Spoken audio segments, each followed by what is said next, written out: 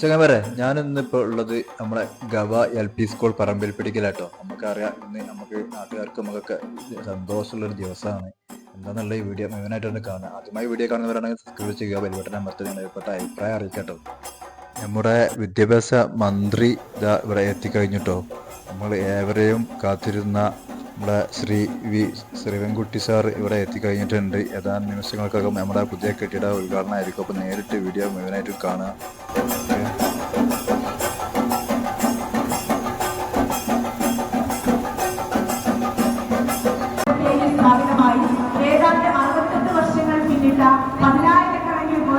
സമൂഹത്തിന് സമ്മാനിച്ച കേരളത്തിലെ മികച്ച വിദ്യാലയങ്ങളിൽ നിന്ന് ഉറച്ചു പറയാവുന്ന GLPS പറമ്പിൽപ്പിടിയയ്ക്ക് ഇന്ന് ചരിത്ര ദിനം, കടന്നുവന്ന നാളുകളിലെ സുവർണ ദിനം. പ്രവർത്തനങ്ങളോടെ കാര്യക്ഷമമായും തികഞ്ഞ അച്ചടക്കത്തോടെ പ്രവർത്തിക്കുന്ന സ്കൂളിന്റെ അക്കാദമിക മികവിന്റെ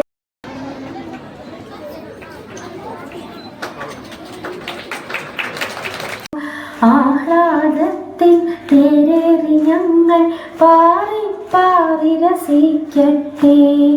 1,30,00,000 രൂപ ഉപയോഗിച്ച് സുസജ്ജമാക്കിയ കെട്ടിടം ബഹുമാന്യനായ പൊതുവിദ്യാഭ്യാസ തൊഴിൽ വകുപ്പ് മന്ത്രി ശ്രീ ശിവൻകുട്ടി അവർകൾ ഉദ്ഘാടന കർമ്മം നിർവഹിച്ച് പ്രവർത്തന സജ്ജമാക്കി നമ്മളെ ഏൽപ്പിച്ചിരിക്കുകയാണ്. സ്വാഗതം ചെയ്യാണ്. രണ്ടാമത് നമ്മുടെ MLA ആണ്.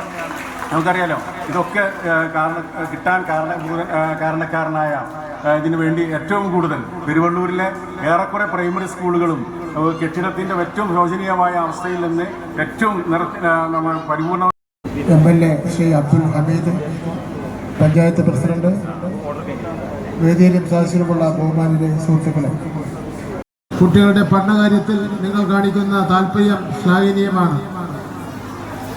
നല്ലൊരു നാളേക്കായി വിദ്യ അഭ്യസിക്കുന്ന ഈ കുട്ടികൾ നാളത്തെ നമ്മുടെ സമൂഹത്തിന്റെ നട്ടെല്ലാണ്. പങ്കെടുക്കാൻ എനിക്ക് അതിയായ സന്തോഷമുണ്ട്. ജയ് ഹിന്ദ്.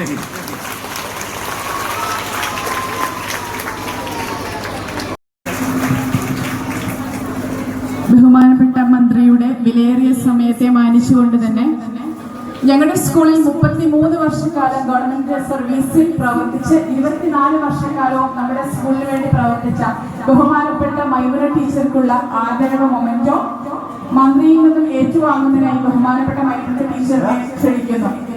അഭിമാനമാണ് ഈ നിമിഷം GLPS നൽകുന്നതിനായി ബഹുമാനപ്പെട്ട മന്ത്രിയെയും സ്വീകരിക്കുന്നതിനായി ബഹുമാനപ്പെട്ട സ്നേഹത്തോടെ ആദരവോടെ ക്ഷണിക്കുന്നു. പൊതുവിദ്യാഭ്യാസ രംഗത്താണെങ്കിലും ആരോഗ്യ രംഗത്താണെങ്കിലും കേരള ഇതര സംസ്ഥാനങ്ങളെ അപേക്ഷിച്ച് വളരെ മുന്നോട്ട് പോകുന്നു. കഴിഞ്ഞ വർഷം നടത്തിയ അവകാശം, ഗുണതയുള്ള വിദ്യാഭ്യാസം കുട്ടിയുടെ അവകാശം